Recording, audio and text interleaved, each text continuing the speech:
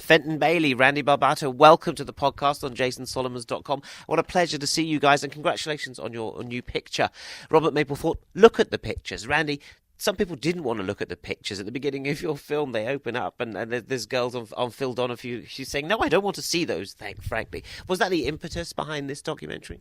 I think partially it was. I think part of the reason Robert Mapplethorpe became so famous was because of the scandal in 1989, where Jesse Helms went to the Senate floor waving around a black phallus, challenging people to look at the pictures, hoping people would be disgusted and that would be the end of it. So we sort of took the title from Jesse Helms, and we've invited people 25 years later to look at the pictures from a different point of view.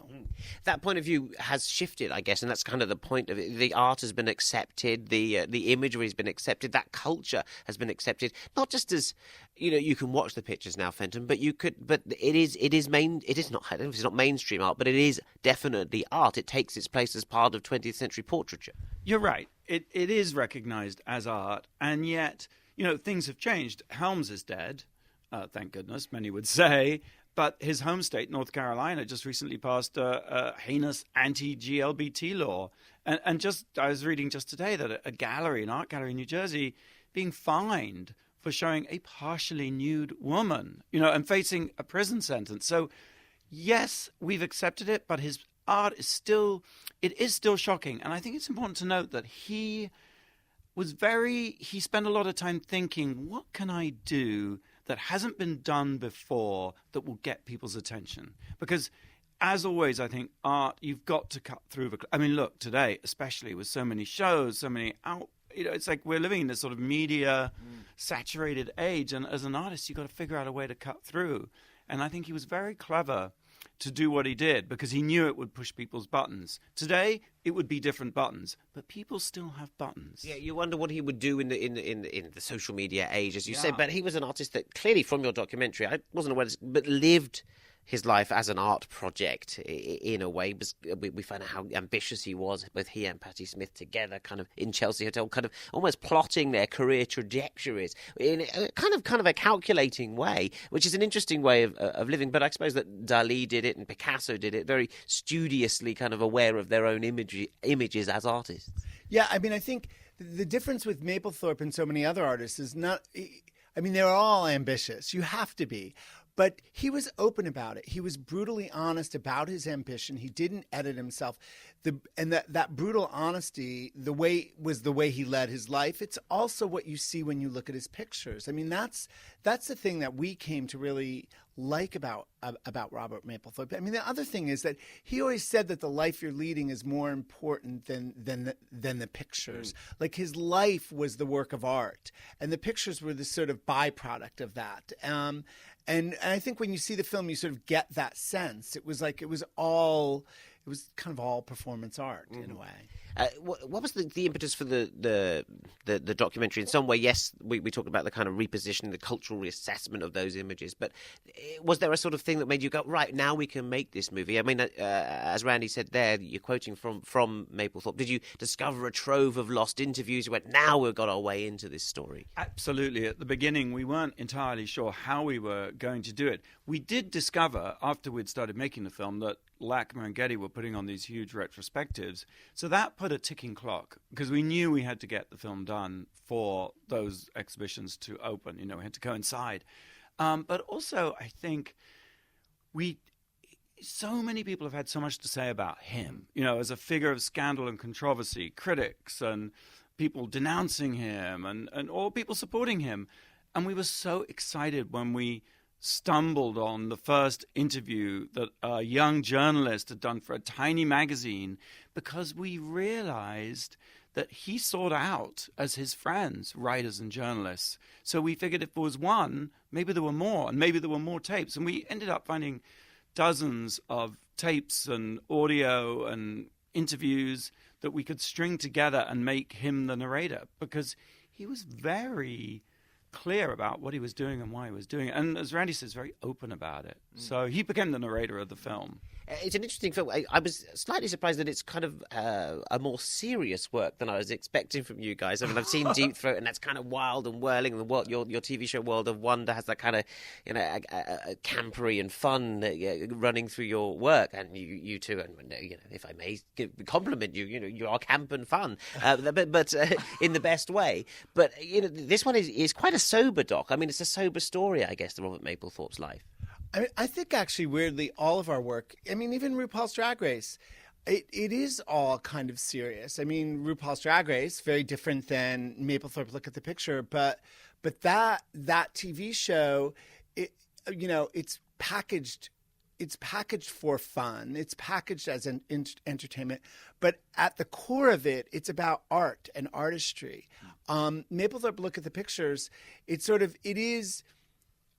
In some ways, it was the hardest film that we've ever made. I mean, I think we were, and in some ways, maybe there was not that there was soul searching as we made it, but it really was an emotional journey for us making this film. And the film itself, became a very emotional film. I mean, I think it's also, it was also a film about that takes place at that time of AIDS. And so it's, there's this kind of sadness about, an error that's a lost error, but also, But you must have had your personal involvement in that era, friends who lived through that era and didn't live through that era. You were presumably in New York at the same time as Mapplethorpe, because you've got that, the journey of the movie is that kind of hedonistic 70s rush through to the kind of, awful AIDS era pandemic. Well, you're right. And Mapplethorpe's story of his life, which is the subject of the film, and his death, is the story of many, many artists and creative people living in America at the time. And it is funny to be reminded of it, because I think Randy and I made the film and we were so focused on our subject that this broader context, you sometimes, maybe you just shut it out. Do you know what I mean? Because it is so painful. And I think what Robert did that was significant is that when he knew he was dying, he didn't hide himself away. He opened up about it. He was pictured in public. And I think that was so brave. At the same time, going back to your question, Mapplethorpe said that he had a sense of humor. Mm. And I think it's really important to remember that sense of humor and serious art, they're not mutually exclusive. Mm-hmm. And I think sometimes people think, oh, well, if it's funny, it must be trivial and throwaway. But to him, just because Man in Polyester Suit, you can crack a smile, it's nonetheless a very serious piece of art. And that's the whole point. You put it in a gallery, you hang it on a wall, and you see it, and it forces a reaction from you, which forces you to really take it in. And I think that combination of humor and seriousness informs a lot of our own work, and is why we do what we do, because I guess it's more fun, but also it's still serious. Mm. And I think people, if they're laughing, they also are open and more receptive to things they might otherwise shut out. I mentioned camp. There's a bit in your documentary where there's a journalist review that's kind of quotes Susan Sontag right at the start, who wrote the seminal essay on camp. So I think that's where it comes. But I mean, this is a lot of serious portraits here. I mean, it's not just a. It occurred to me at the time that I could call it a cock doc, because there's a lot of that in there too. There is a lot of that. I mean, the film actually, there is a segment it's right at the center of the film actually, where we look at Robert Mapplethorpe's X portfolio, which is a series of portraits of the most explicit work that he's ever done, and we actually filmed those images at the Getty with the curator of the show at the Getty, and it was. We just filmed it with him turning over each photograph. And the moment it took about, 10 minutes of filming that. But you could hear a pin drop in the room we were filming. And like the cameraman was sweating. I mean, it was intense. And actually, when we got back to the edit room and looked at that footage, we were like, oh my God, like we just need to cut this into the film the exact way we filmed it. Because you really get this sense, the intensity of these incredibly, I mean, they're not just cocks. I mean, they're like pretty explicit images. And if you see the film, which you must do, and on a big screen, ideally, you can see the curator's hands are shaking as he turns it over, because it is so. It's just so intense. But I love the way, because they're art curators and art historians, that they're trying to kind of put them in context and talk about, like they would in a Velasquez portrait or something, and they're saying, that bullwhip, it is, it's up his arse, that's fine. They kind of but then they kind of say, and it kind of connects the viewer to him, and I kind of love that. But what we're seeing is the cultural reappraisal of Mapplethorpe kind of live in front of our eyes, and it's kind of thrilling. Well, I think at the beginning you think, oh, they're kind of ridiculous. But at the end, Robert's sister sees the same picture and she's like, oh, that's a self-portrait. But for the audience, you've seen this picture 4 or 5 times. So by the end of the film, hopefully you're watching and you think, yeah, that is a work of art. And you're not bothered by where the whip is. No, exactly. Well, I mean, I think I would be bothered if there was a whip near me. But how much of it was a personal journey for you? You talk about Robert. I know you've got very close to the subject, and I can talk about Miles Davis and call him Miles. I never knew the guy. But did you know that people in the documentary? You got a lot of talking heads in there, real heads, not those kind of heads. Calm down, Randy. How personal was it with that kind of sphere to you? Well, I mean, a lot of the people in the film, we sort of ran parallel tracks. We're a little bit younger than many of them, but we were aware of so many of them. But for us, I think the personal journey was sort of our feeling this connection to him, and not sort of, so many films that we've made in the past are about people or inspired by subjects that we have a very clear understanding going into it. Whether it's Tammy Faye, whether it's working with RuPaul, we know how we feel. We know where we stand about these people. We're connected to them. With Robert, we loved his work. We didn't really know the man, but we were ambivalent at the beginning. We almost came from a judgmental perspective a little bit.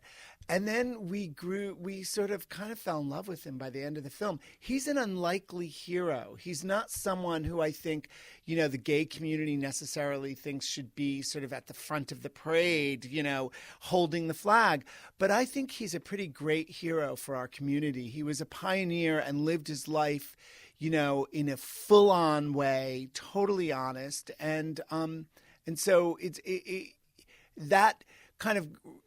It took time to get to that place, to feel that way, and to be able to say that. Like many artists, you can appreciate the art, and then the more you discover about the person, that can change your, not opinion of the art, but it can change your opinion of that person and whether you'd have liked that person, whether this was, as you say, is this a role model? Would I have liked this guy? What do you think if you had hung out with Robert Mapplethorpe? Would he have allowed you to hang out? Would he have been involved with you? He seems to be someone who kind of used people, in the best way, but for his art. Well, I know, and I think the relationship Randy and I have had with him is the perfect relationship. It's the relationship he would want, where we don't necessarily meet in person, but we listen to his words and we study him and look at him and think about him for 2 years of our lives, and then just go out and talk about him.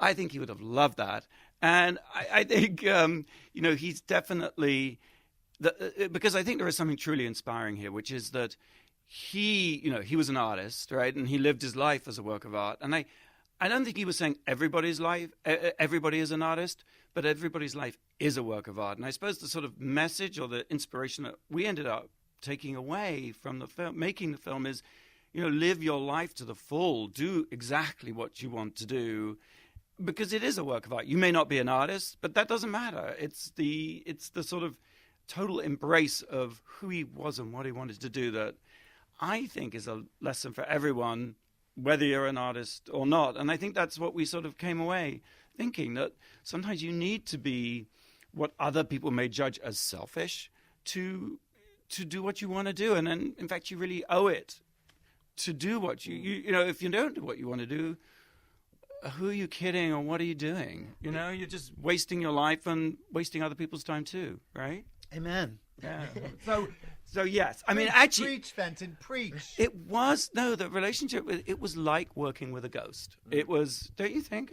We've laughed about it, that he really was a co-director or a co-producer. Like, his presence we felt many times through the film. And of course, we had Edward, his brother, in the film, and that felt like Edward often felt like a doppelganger. It felt like, oh my God, this is Robert Mapplethorpe. You know, we full-on relationship, I would say, but without actually meeting. There's something great about seeing pictures, in particular, I think photographs on the big screen. Documentaries about photographers really work because they capture that moment. And Mapplethorpe's are not candid, they're not street photography. It's not Vivian Maier here, but it's it's like going to a gallery because you can drink in the pictures so well in your movie. Did you say drink in the picture? I did say drink in, like seeking, like yeah, whatever.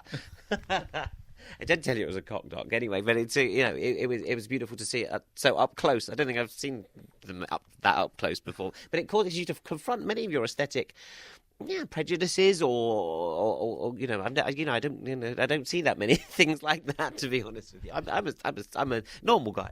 There you go. You see, this is why his work is still relevant today, because you could Google search any amount of porn so easily, but it's different, isn't it? You see these pictures and they're on the big screen and they're like beautifully composed and beautifully lit, and you do end up having a different experience.